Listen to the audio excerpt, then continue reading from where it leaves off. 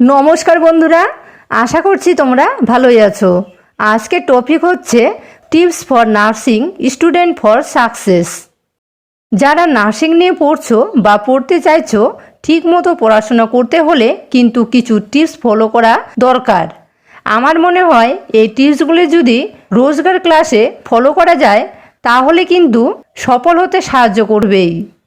তার আগে বলি, যারা এই চ্যানেলে নতুন তারা প্লিজ আমার চ্যানেলটি সাবস্ক্রাইব করো এবং পাশে থাকা বেল আইকনে ক্লিক করে অল করে দিও নতুন সব ভিডিওর আপডেট সবার আগে পাওয়ার জন্য। চলো তাহলে জেনে নেওয়া যাক।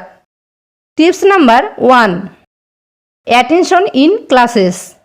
যখন থিওরি এবং প্র্যাকটিক্যাল ক্লাস হবে তখন থিওরি এবং প্র্যাকটিক্যাল সেশনসে মনোযোগ দেওয়া বিশেষ প্রয়োজন।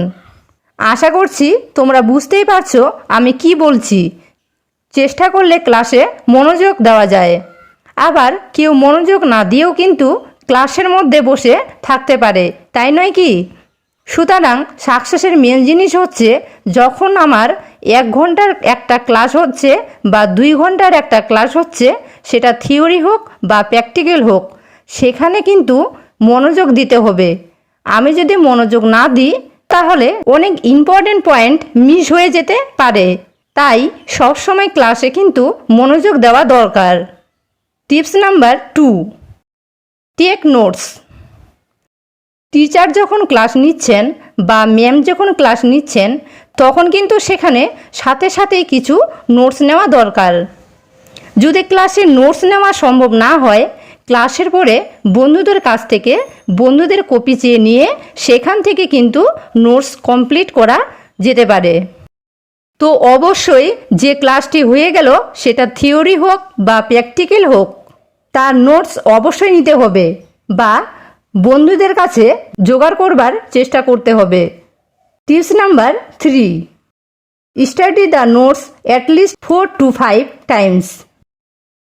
যে নোটসগুলো তোমরা নিয়েছো বা যেখান থেকে তোমরা পড়ছো, সেটা প্রথমবার পড়ে যদি বুঝতে না পারো ঠিক আছে, 2 বার নয়, 3 বার নয়, অ্যাটলিস্ট 4-5 বার তোমাদের পড়তে হবে। তাহলে কিন্তু তোমার মনের মধ্যে সেটা রয়ে যাবে। Tips number 4, practice questions. বইয়ের যে জায়গাটা তোমার পড়া হয়ে গেল বা যে নোটসটা তোমার পড়া হয়ে গেছে, সেখান থেকে কী কী প্রশ্ন আসতে পারে তা খুঁজে বের করে প্র্যাকটিস করা উচিত। শুধুমাত্র কিন্তু পড়ে নয়, মুখস্থ করে নয়, হ্যাঁ সেটাও করা যেতে পারে, তার সাথে সাথে কিন্তু লিখতে হবে। তাহলে কিন্তু একদম মাথায় থেকে যাবে। তো এটা ভীষণ কাজে দেবে তোমাদের।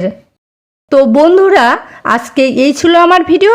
আমার ভিডিওটি যদি ভালো লেগে থাকে তাহলে লাইক, কমেন্ট এবং বন্ধুদের সাথে শেয়ার অবশ্যই করবে।